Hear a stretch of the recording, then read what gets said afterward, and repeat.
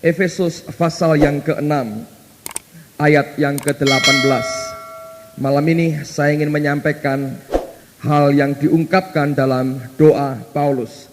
Efesus pasal yang ke-6 ayat yang ke-18. Alkitab berkata demikian: Berdoalah setiap waktu di dalam roh, dan berjaga-jagalah di dalam doamu itu dengan permohonan yang tak putus-putusnya untuk segala orang kudus. Pada kalimat yang pertama, Rasul Paulus memberikan suatu dorongan atau bahkan desakan yang begitu kuat. Dia berkata, berdoalah setiap waktu di dalam roh. The Living Bible menerjemahkan akan kalimat ini dengan kalimat sebagai berikut: Pray all the time, ask God for anything in the line with the Holy Spirit wishes.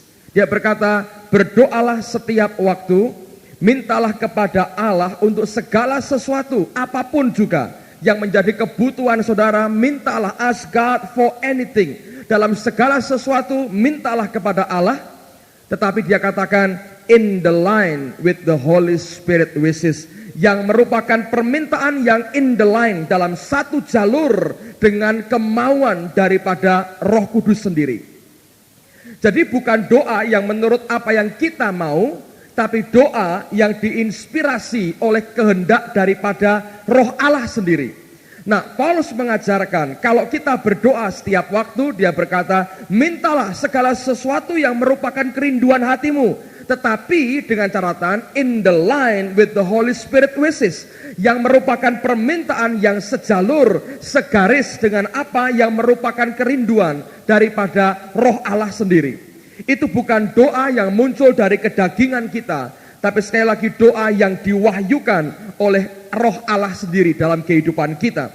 Nah, pada surat yang sama, pada pasal yang ketiga, Paulus sebelumnya juga mengungkapkan suatu doa.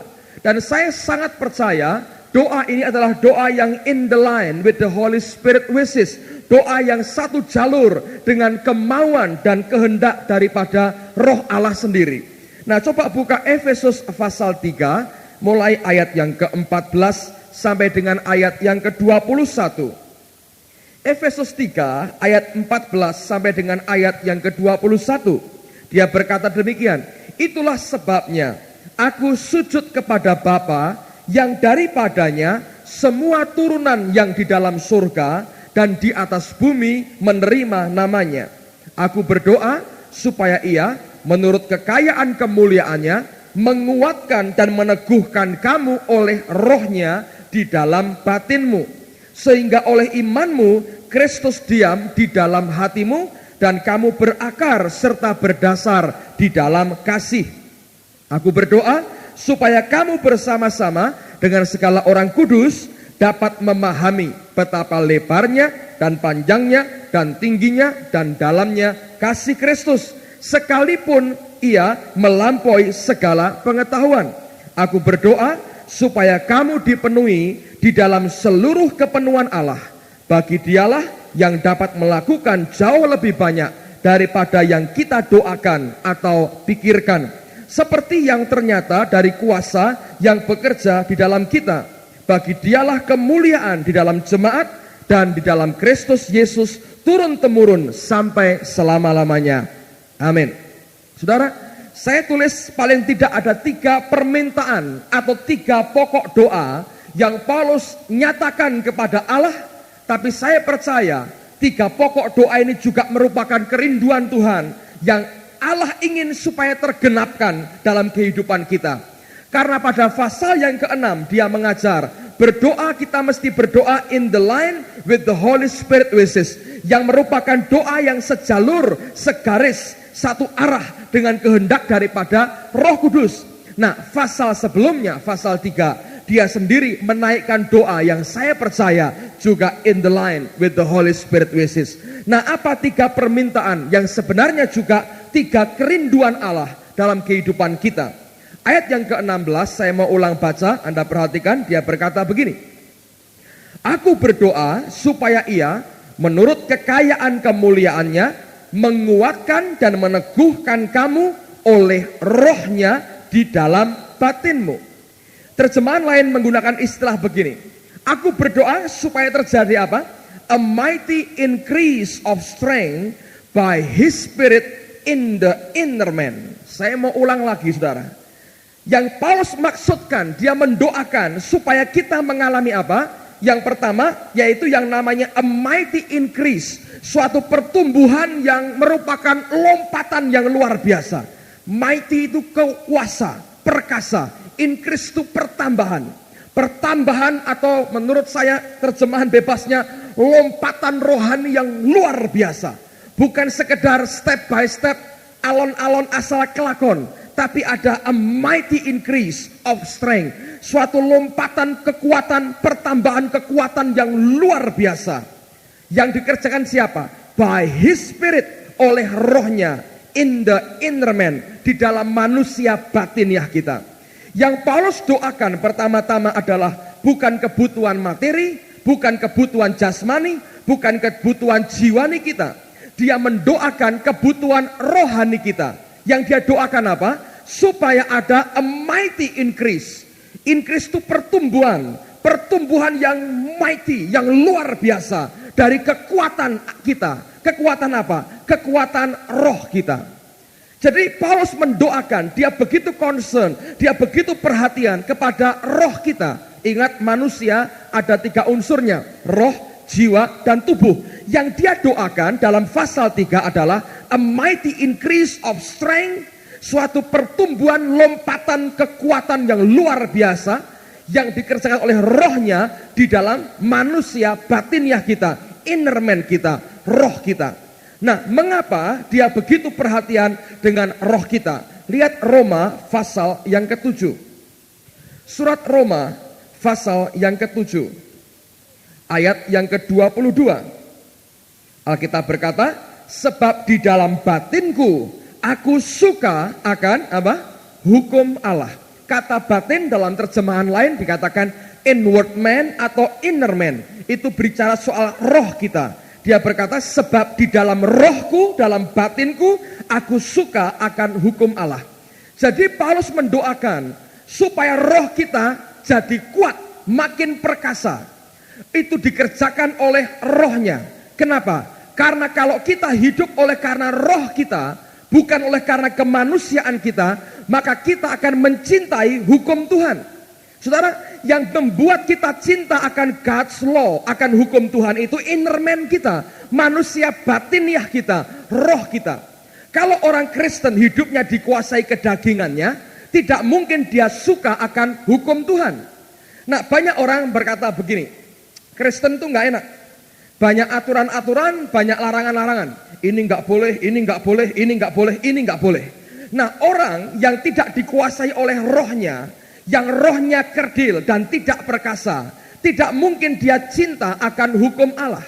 Paulus berkata, I love God's law. Tapi di mana? Dalam manusia batiniahnya, dalam rohnya. Kalau roh kita yang menguasai manusia kita akan jadi orang-orang yang mencintai, yang suka akan hukum Allah. Tapi kalau daging kita, tidak mungkin kita mencintai akan hukum Tuhan. Justru jadi beban, saudara. Perhatikan kalau ada orang meninggal misalnya, atau orang menikah. Orang Kristen itu dipojokkan pada posisi di mana sepertinya banyak aturan yang berkata, jangan dikerjakan.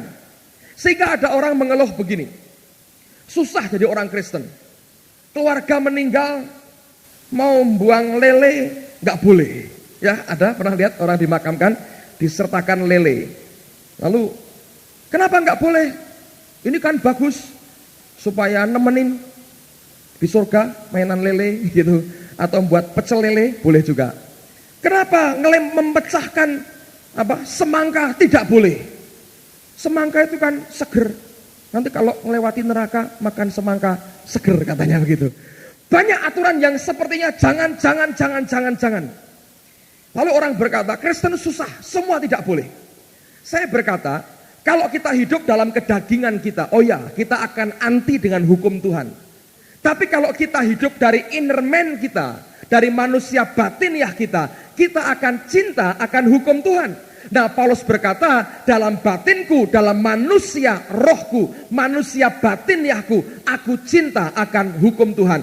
Itulah sebabnya dia berdoa supaya ada mighty increase, lompatan kekuatan rohani yang besar dalam roh kita. Itu yang dia doakan terjadi pada anak-anak Tuhan. Kalau kita tidak dikuatkan roh kita, tidak mungkin kita bisa mencintai akan hukum Tuhan. Kalau roh kita tidak perkasa, tidak mungkin kita bisa berkata, aku cinta akan hukum Allah. Nah, sekarang lihat lagi, Roma pasal yang ke-8. Lihat apa yang Paulus katakan, Roma 8 ayat yang ke-9. Dikatakan begini, tetapi kamu tidak hidup dalam daging, melainkan dalam roh. Jika memang roh Allah diam di dalam kamu. Tetapi jika orang tidak memiliki roh Kristus, ia bukan milik Kristus. The Living Bible mengatakan begini, you are controlled by your new nature. Engkau dikontrol, dikuasai oleh sifatmu yang baru. Bahasa aslinya dikatakan itu merupakan inner man kita, roh kita. Engkau dikuasai oleh rohmu. Kalau you have the Spirit of God living in you. Kalau engkau memiliki roh Allah hidup di dalam kamu. Jadi dengarkan saya baik-baik, saudara. Paulus berdoa supaya ada lompatan kekuatan dari roh kita. Dia berdoa supaya ada a mighty increase of strength. Ada lompatan kekuatan yang luar biasa pada inner man kita, pada roh kita. Dan dia berkata, kenapa dia berdoa begitu? Karena manusia batiniah kitalah yang cinta akan hukum Tuhan. Makin perkasa, makin kuat roh kita, makin kita cinta kepada Allah. Makin lemah roh kita, makin kita membenci akan Tuhan dan hukumnya. Makin kuat roh kita, kita akan makin cinta kepada Allah. Tidak ada paksaan untuk mengerjakan kehendak Dia, karena kita cinta kepada Dia. Nah, untuk membuat roh kita ini perkasa, Paulus berkata, itu by His Spirit, oleh rohnya. Nah, dalam Roma pasal 8 dia berkata, engkau itu dikuasai oleh rohmu. Kalau apa? Engkau ada roh Allah yang hidup di dalam rohmu. Saudara, banyak orang Kristen salah mengerti dengan Roh Kudus. Seringkali kita hanya identikan pribadi ketiga dari Allah ini dengan karunia roh. Tapi Alkitab mengatakan, dengan roh Allah tinggal pada roh kita, akan terjadi a mighty increase, pertumbuhan yang luar biasa dari kekuatan manusia batiniah kita. Itu yang membuat kita akan makin cinta hukum Tuhan. Nah, untuk membuktikan rohmu kuat atau tidak, simple sekali. Alkitab ini merupakan benda kegemaran dalam pengertian yang sebenarnya atau semu. Semu bagaimana? Begini, saudara. Banyak orang Kristen takut minum Valium, terikat dengan obat tidur, lalu Alkitab jadi obat tidur. Kalau saya, Pak, susah tidur, tinggal buka Alkitab. Saya baca, tiba-tiba mata saya bangun besok pagi. Nah, kalau begitu engkau tidak cinta hukum Tuhan, saudara. Rohmu harus makin perkasa. Jangan senang, wah puji Tuhan, aku bebas dari obat tidur. Lalu pakai apa? Pakai Alkitab katanya. Begitu aku gak bisa tidur, langsung baca Alkitab. Bleksek, ngoroknya keras sekali. Besok bangun seger. Saya berkata, itu dagingmu yang kuat, saudara. Kalau roh kita ini perkasa, roh kita ini kuat, kita akan cinta akan hukum Tuhan. Kita akan cari apa yang Allah inginkan dalam kehidupan kita. Nah, doa yang pertama yang Paulus inginkan adalah adanya a mighty increase of strength. Ada lompatan kekuatan rohani yang besar dalam roh kita. Dengan demikian akan tercipta orang-orang yang cinta akan hukum Tuhan. Amen, saudaraku. Nah, kalau kita makin cinta akan hukum Tuhan, kalau kita makin kuat dalam roh kita, apa yang kemudian dia katakan? Efesus pasal 3, mari kembali kepada doa Paulus. Efesus pasal 3. Lihat ayat yang ke-17. Dikatakan begini, sehingga oleh imanmu Kristus diam di dalam hatimu. Dalam terjemahannya dikatakan begini, oleh imanmu Kristus akan makin kerasan tinggal dalam hatimu. More and more at home. Akan jauh lebih kerasan tinggal di dalam hatimu katanya. Apa unsur kedua yang dia doakan? Oleh apa? Imanmu, saudara. Nah, iman yang seperti apa yang Tuhan inginkan? Saya percaya saudara, Allah mendesain kita dengan tujuan tertentu, yaitu dengan pola seperti kehidupan Yesus sendiri. Kalau Tuhan mau ada pertumbuhan kekuatan pada roh kita, tentu ada polanya, ada patternnya, yaitu siapa? Yesus sendiri. Kita harus menuju kepada pola yang Tuhan berikan kepada kita. Nah, dia berdoa supaya oleh imanmu Kristus tinggal makin kerasan diam di dalam batinmu. Nah, apa yang dia maksudkan? Roh Allah yang menguatkan manusia batiniah kita, Paulus berkata itu juga the spirit of faith, roh iman. Alkitab berkata kita punya roh iman yang sama. Nah, roh Allah yang mengerjakan iman dalam batin kita. Makin kita cinta hukum Tuhan, makin banyak rema kita makan, makin membangun akan iman kita. Ngerti saudara? Kenapa kita perlu cinta hukum Tuhan? Kalau kita cinta hukum Allah, kita akan terima banyak rema dari Dia. Makanan dari roh Tuhan dalam hidup kita. Begitu rema ini masuk pada roh kita, membangun iman dalam kehidupan kita. Nah, oleh karenanya, dengan iman itu, kita akan menjadi seperti yang Tuhan inginkan. Nah, sekarang lihat, ini yang Allah mau. Saya yakin ini merupakan pola yang Tuhan berikan. Yoel pasal yang kedua. Yoel pasal 2. Seperti apa Allah menginginkan hidup kita? Lihat ayat yang pertama sampai dengan ayat yang keempat. Yoel pasal 2 ayat yang pertama sampai dengan ayat yang keempat. Alkitab berkata begini, tiuplah sangkakala di Sion dan berteriaklah di gunungku yang kudus. Biarlah gemetar seluruh penduduk negeri, sebab hari Tuhan datang, sebab hari itu sudah dekat. Suatu hari gelap gulita dan kelam kabut, suatu hari berawan dan kelam pekat. Seperti fajar di atas gunung-gunung terbentang, suatu bangsa yang banyak dan kuat, yang serupa itu tidak pernah ada sejak purbakala, dan tidak akan ada lagi sesudah itu turun-temurun pada masa yang akan datang. Di depannya api memakan habis, di belakangnya nyala api berkobar. Tanah di depannya seperti Taman Eden, tetapi di belakangnya padang gurun tandus, dan sama sekali tidak ada yang dapat luput. Perhatikan ayat yang keempat. Rupanya seperti kuda, dan seperti kuda balapan mereka berlari. Terjemahan lain bukan dikatakan kuda balapan, tapi kuda perang, saudara. War horses, kuda-kuda perang. Kalau Anda baca terus, ini merupakan pasukan Tuhan yang kuat, yang Dia akan munculkan pada akhir zaman. Tapi bagaimana bisa terjadi begini? Mesti ada iman dalam Kristus Yesus. Nah, Allah mendesain kita sebagai kuda perang, bukan kuda sirkus, saudara. Tadi pagi saya katakan begitu. Nah, seperti apa kuda perang itu? Coba buka Ayub pasal 39. Sebelum Mazmur itu kitab Ayub, lihat pada pasal yang ke-39. Seperti apa modelnya kuda perang? Ayub 39. Ayat yang ke-22 sampai 28. Ayub 39 ayat 22. Engkaukah yang memberi tenaga kepada kuda? Engkaukah yang mengenakan surai pada tengkuknya? Engkaukah yang membuat dia melompat seperti belalang? Ringkiknya yang dahsyat mengerikan. Ia menggaruk tanah lembah dengan gembira.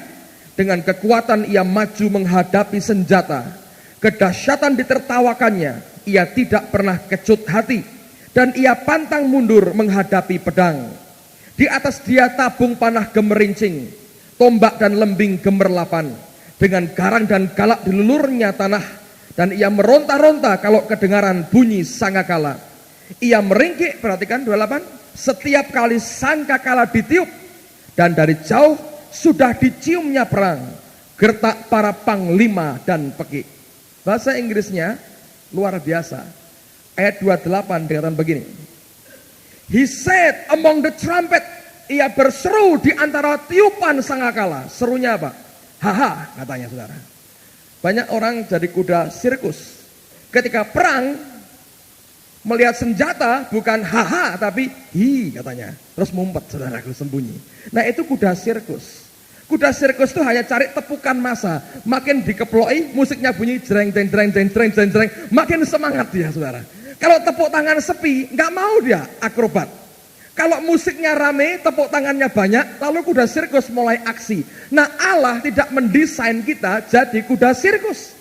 Allah mendesain kita menjadi kuda perang. Makanya kita harus beriman di dalam Dia. Mesti punya akar iman yang solid dalam Tuhan kita. Kalau manusia batiniah kita kuat, maka iman kita akan bertumbuh dengan sendirinya. Kenapa? Karena manusia batiniah kita suka akan hukum Allah. Hukum Tuhan inilah yang memproduksi iman dalam roh kita. Terjemahan lain berkata begini. At each trumpet blast, pada setiap kali sangkakala ditiup begitu luar biasa, he shout hurrah katanya. Dia berteriak hurrah katanya. Senang saudara. Lihat perang itu senang karena itu merupakan nature-nya, sifat alamiahnya. Tapi kalau kuda sirkus dengar bunyi bom, ngicir lari saudaraku. Kalau musik dreng, nah mulai aksi dia. Begitu dengar perang, ngicir pergi. Allah mendesain kita untuk jadi kuda perang. Setiap dengar tiupan sangakala, tanda peperangan dimulai, kita berkata, haha katanya, ini makanan buat saya. Perang, iya. Karena apa? Nature-nya begitu, alamiahnya begitu. Nah, Anda masih ngicir takut atau berkata haha katanya saudara? Bisa nggak berkata haha ketika problem datang? Jangan lalu kemudian sembunyi saudara. Itu bukan kuda perang. Saya ingin tidak seorang pun di tengah kita ketika persoalan datang, tantangan begitu berat, kita berkata wah ngeri, langsung kabur saudara. Tapi semua kita berteriak apa? Haha katanya. Amen saudaraku. Bisa berkata haha? Susah kadang-kadang saudara. Tapi kalau kuda perang yang sejati karena rohmu kuat, saya berkata engkau akan bisa mengalami semuanya itu. Saya dengan Pak Gandhi minggu lalu ini mengalami mujizat bersama-sama ya Pak. Luar biasa. Pagi-pagi bukan di telepon saya, Pak kami mau sharing. Wah saya senang sekali saudara. Kalau Pak saya punya problem berat mau cerita, waduh saya susah ini. Apa bisa saya nanggung bebannya? Masing-masing kita berkata problem saya paling berat. Tapi Tuhan itu luar biasa. Ketika mereka belum datang, tiba-tiba saya bisa free roh saya pagi itu. Saya bawa Alkitab saya keluar. Tuhan dorong saya buka jendela pintu luar. Saya buka, angin masuk pagi itu segar sekali. Dan dorongan begitu kuat, baca Mazmur. Saya buka aja Mazmur. Saya baca mulai 65 nggak ada apa-apa. Sampai 66 terus saya baca. Sampai ayat yang ke-12 Alkitab berkata, aku telah melintasi api dan air, namun engkau melepaskan aku. Dan Tuhan mengajar, dia berkata stop, berhenti sampai ayat ini. Waktu Pak Gandhi dan Ibu datang, saya berkata ayo sharing aja, saya berkata.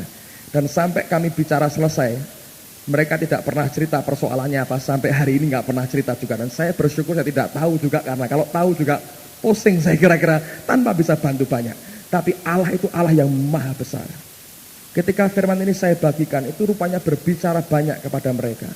Dan seperti suatu sinar terang yang begitu luar biasa, mereka bisa melihat, oh Tuhan itu begitu. Luar biasa saudara. Bahkan ketika saya bicara waktu itu, roh Allah berkata begini, lihat kalimatnya. Aku telah melintasi api dan air. Titik koma. Saudara. Titik koma. Tuhan berkata, sebetulnya titik. Tapi anugerahku memberikan tambahan koma. Berhentinya tidak sebentar, tapi juga tidak akhir dari segala-galanya. Dan luar biasa, istilah mereka, begitu mereka terima remai, membangun roh mereka. Dan hari berikutnya saya dengar mereka berkata, wah itu ayat tokcer katanya, luar biasa. Saya beritahu buat saudara, hal yang sama berlaku dalam kehidupan kita. Setiap kali kita bisa makan, kita cintai akan firman-Nya. Begitu kita bisa dengan lahap makan apa yang Tuhan berikan kepada kita, akan membangun manusia batiniah kita. Waktu manusia kita makin dibangun, kita akan bisa jadi seperti yang Tuhan inginkan.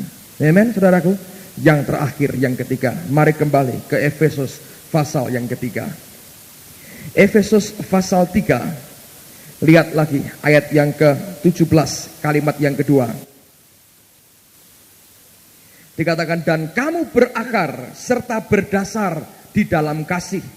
Aku berdoa supaya kamu bersama-sama dengan segala orang kudus dapat memahami betapa lebarnya dan panjangnya dan tingginya dan dalamnya kasih Kristus, dan dapat mengenal kasih itu sekalipun ia melampaui segala pengetahuan. Aku berdoa supaya kamu dipenuhi di dalam seluruh kepenuhan Allah. The Living Bible menerjemahkan begini, saya tulis semua buat saudara. Dia berkata begini, May your roots, biarlah akar-akarmu go down deep into the soil of God's marvelous love. Biarlah akar-akarmu itu masuk menembus ke dalam, menerobos ke dalam kepada apa? Tanah dari kasih Allah yang begitu ajaib, dia berkata. Setelah engkau beriman, Tuhan berkata, biarlah terus akarmu makin ke bawah, nembus masuk ke dalam pada tanah dari kasih Allah yang ajaib. Dan dia berkata begini, and you may be able to feel and understand, as all God's children should, how long, how wide, how deep, and how high His love really is. Dia berkata, dan engkau mampu untuk feel, merasakan dan memahami akan kasih Tuhan. Betapa panjangnya, lebarnya, dalamnya, tingginya kasih Allah. Sebagaimana setiap anak Tuhan seharusnya begitu. Bukan understand and feel, tapi feel and understand, kata Paulus. Engkau harus merasakan dan kemudian memahami. Nah, Alkitab selalu mengajarkan setiap kali kita berhubungan dengan Tuhan, mesti belajar feel baru understand. Merasakan dulu baru kita bisa belajar memahami. Alkitab berkata, kecap dan lihatlah betapa baiknya Tuhan itu. Taste and see. Kecap dulu baru lihat. Tapi kalau manusia nggak bisa, ya kan? Saya tutup mata Anda, saya berkata tutup mata semua, saya beri makanan, nggak usah dilihat ini apa, langsung masukkan mulut masing-masing. Siapa yang mau? Oh, nggak mau, saudara. Lihat dulu yang dimakan apa. See and taste. Tapi Alkitab berkata taste and see. Nah, dengan kasih Allah banyak orang bertanya, aku ingin mengerti akan kasihnya. Jangan, saudara.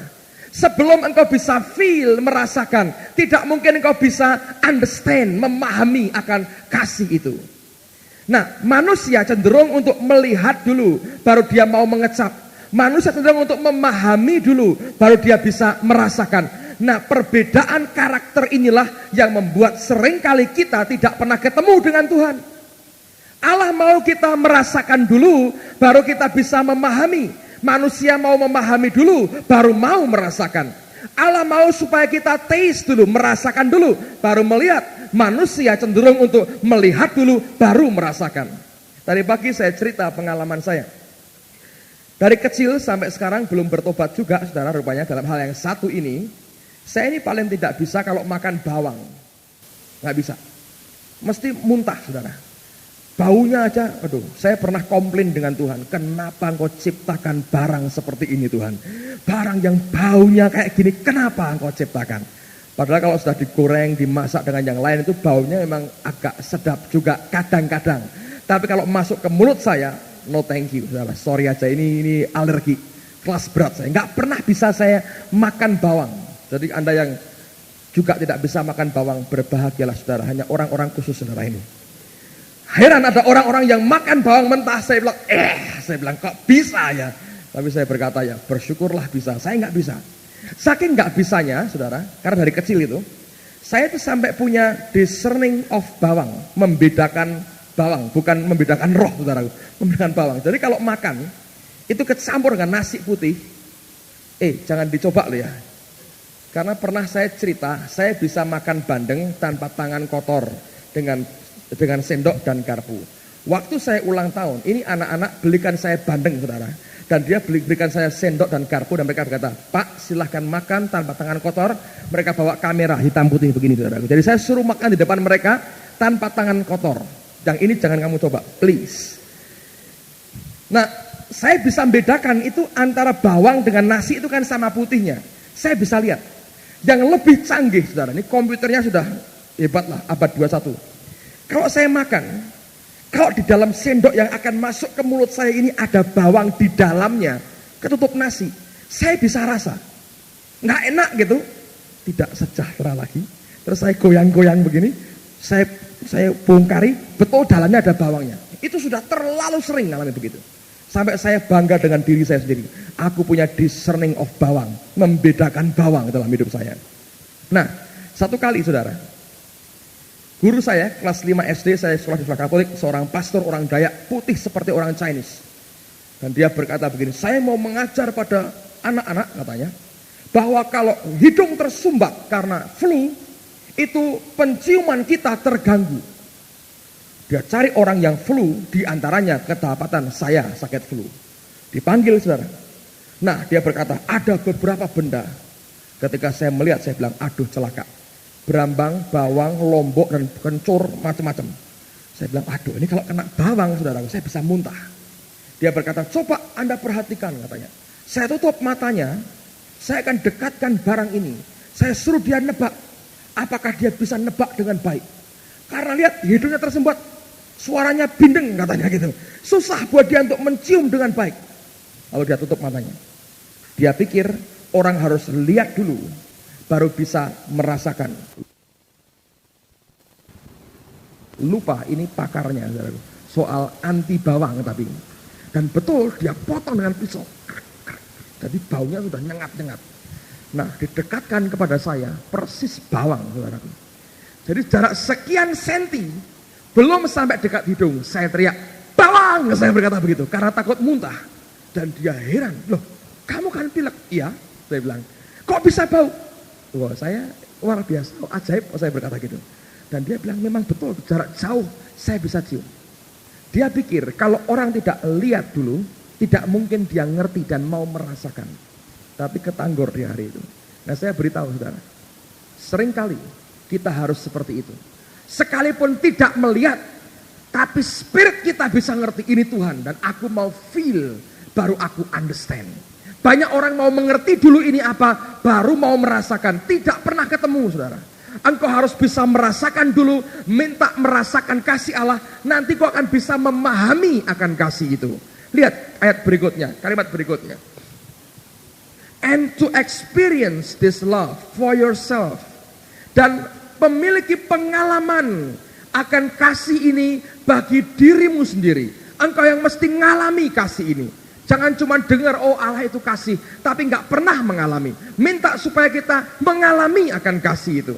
Dan dikatakan, though it is so great, walaupun begitu besar, that you will never see the end of it. Sehingga engkau tidak pernah bisa melihat akan akhirnya.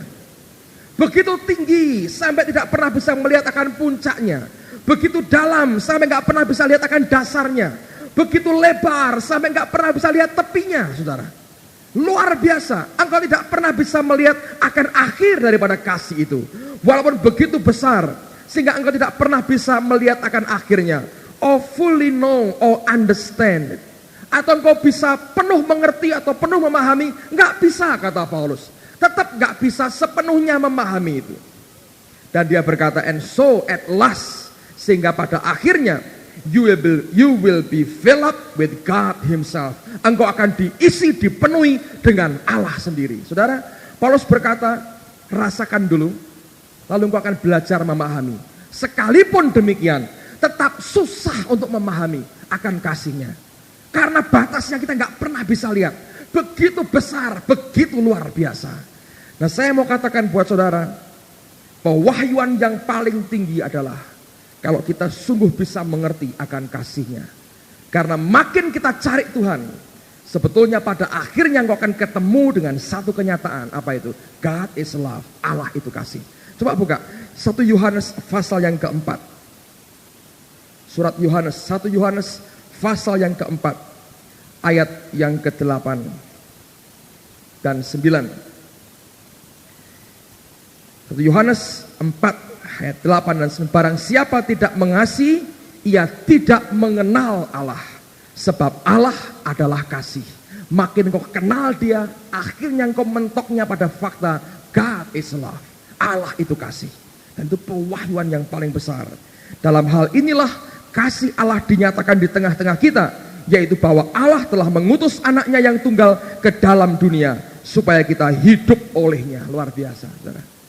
Nah Paulus akhirnya berkata begini, ketika dia sadar, makin dia mendalami, makin ngerti betul, akhirnya sadar, ketemunya dengan pribadi satu kasih yang sepertinya nggak ada batasnya.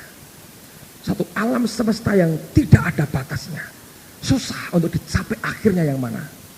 Dan dia berkata, akhirnya dengan begitu, engkau akan diisi, dipenuhi dengan Allah sendiri. Nah, Filipi pasal yang pertama, dia berkata seperti ini.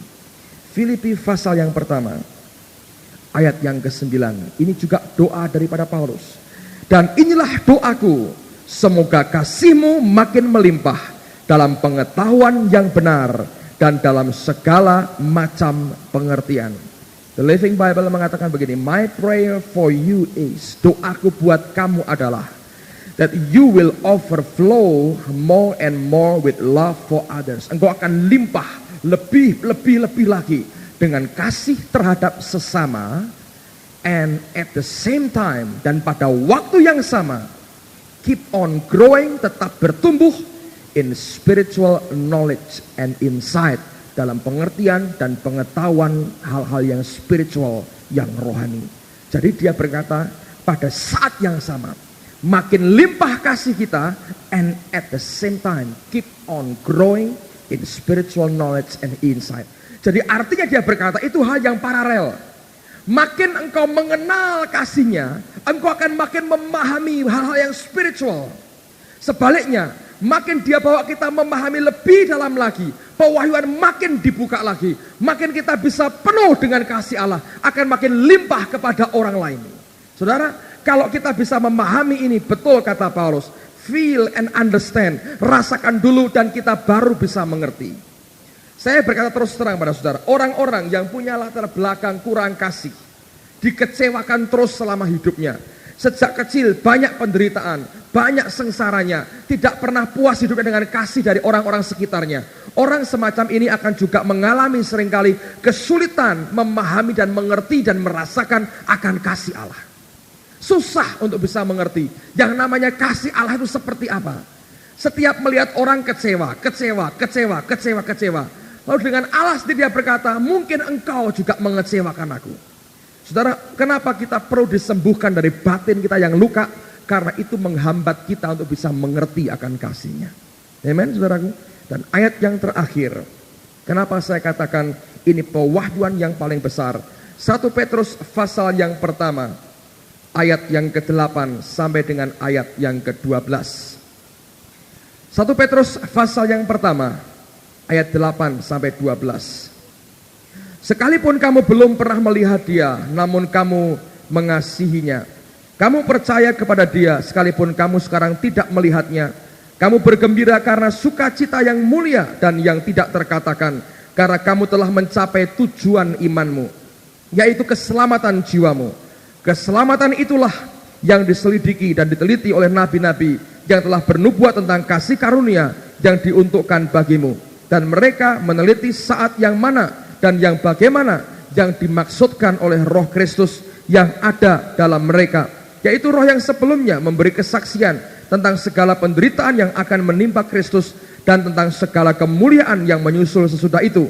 Kepada mereka telah dinyatakan bahwa mereka bukan melayani diri mereka sendiri, tapi melayani kamu dengan segala sesuatu yang telah diberitakan sekarang kepada kamu dengan perantaraan mereka yang oleh Roh Kudus yang diutus dari surga menyampaikan, perhatikan, berita Injil kepada kamu, yaitu hal-hal yang ingin diketahui oleh malaikat-malaikat. Malaikat tuh pengen ngerti sebetulnya. Tuhan itu kok nyampaikan kasih karunia dengan mengorbankan dirinya sendiri itu kenapa? Dan itulah kasih Allah. Nah, yang malaikat-malaikat ingin ketahui. Nggak ngerti mereka. Saudara, makin engkau dalam pengertianmu tentang Tuhan, makin luar biasa kasih itu ngelimpah dalam hidupmu. Makin engkau masuk dalam kasihnya, makin engkau memahami akan dia. Dan sampai akhirnya engkau berkata, sungguh dia mengasihi aku. Amin, saudara. Mari tumbuh sama-sama supaya ada a mighty increase of strength by His Spirit in the inner man. Mari kita berdoa supaya setiap kita punya lompatan pertumbuhan yang solid dalam Tuhan kita. Jangan puas dengan apa yang ada. Amin, saudara. Mari kita berdiri bersama-sama. Haleluya, haleluya, haleluya. Tuhan baik, dia luar biasa, dia luar biasa, dia luar biasa. Haleluya, haleluya, Mari bersyukur, naikkan lagu syukur. Dan kita mau sembah Dia. Minta supaya doa ini jadi bagian dari kehidupan kita. Minta supaya doa ini jadi bagian dari kehidupan kita. Ku naikkan padamu sembahan, ku hanya bagimu, bagi anak domba yang datang jadi raja,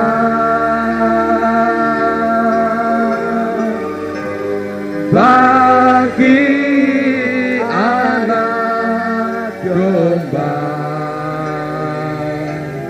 yang datang jadi raja. Saudara,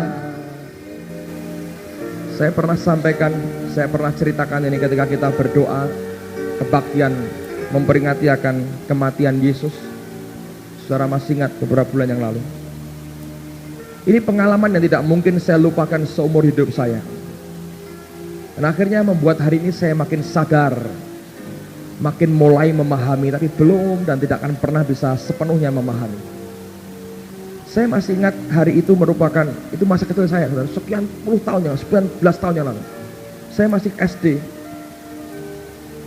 Sebelah saya, di rumah pada waktu saya kecil, seorang pemeluk agama Islam yang taat. Dan di belakang rumah kami, tembok pembatas hanya pendek sekali, sehingga kami seringkali bisa ngelihat, saling lihat saudara. Karena kami tetangga baik dan seringkali berhubungan baik juga. Saya masih ingat itu hari raya Korban, dan setiap saudara-saudara kita yang beragama Islam itu mereka menyembelih akan hewan ya, hewan sembelian. Tetangga saya ini membawa pulang 2 ekor domba, 1 jantan, 1 betina, dan mereka sembelih. Saya dari belakang, saya manjat sedikit, saya ngelihat saat domba itu dibantai, dipotong kepalanya oleh tukang jagal. Ketika domba yang jantan itu disembelih begitu, meronta-ronta. Tapi akhirnya karena kalah kuat ya dengan manusia, dia mati juga disembelih. Setelah yang laki ini mati, saya lihat dengan mata kepala saya sendiri, saudara. Domba jantan ini nggak diikat, dia bisa jalan. Dia menuju ke tempat pembantaian itu. Saya lihat dengan mata kepala saya sendiri. Dia duduk, lalu membaringkan dirinya dan lehernya ditaruh di tempat pembantaian itu. Saya kaget lihat itu. Sekarang saya bisa mengerti, Allah mengizinkan saya menyaksikan peristiwa itu. Menurut saya itu didesain supaya saya mengerti akan kasihnya. Saya belum betul bertobat pada waktu itu. Saya ke gereja, ke sekolah minggu, tapi saya belum mengerti betul akan cintanya Tuhan yang luar biasa. Tapi dia melihatkan kepada saya seekor domba. Sampai semua kami heran, loh ini domba ini kok aneh, nyerah. Orang berkata, oh mungkin lihat pasangannya disembelih, dia mau mati sama-sama kayak Romeo and Juliet, kata orang-orang. Jadi orang-orang kampung lihat tuh komentarnya begitu.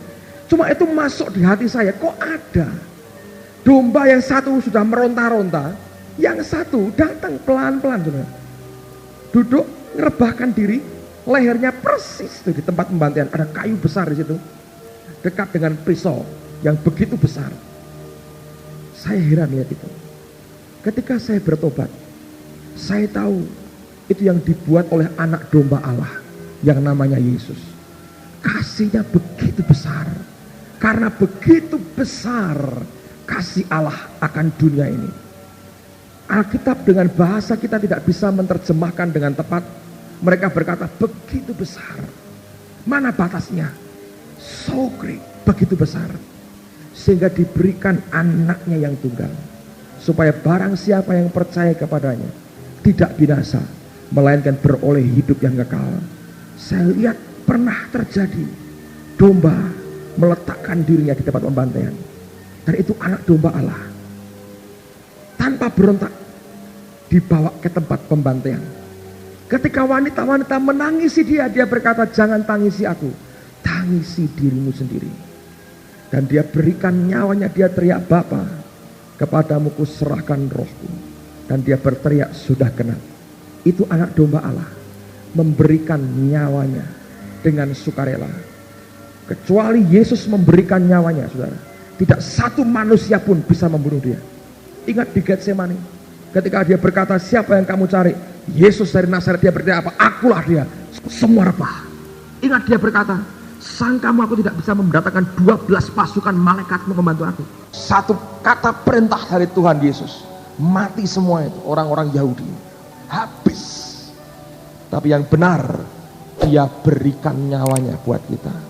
Mari bersyukur karena kasih yang besar, dan berdoa supaya setiap kita bisa menikmatinya. Amin, saudara.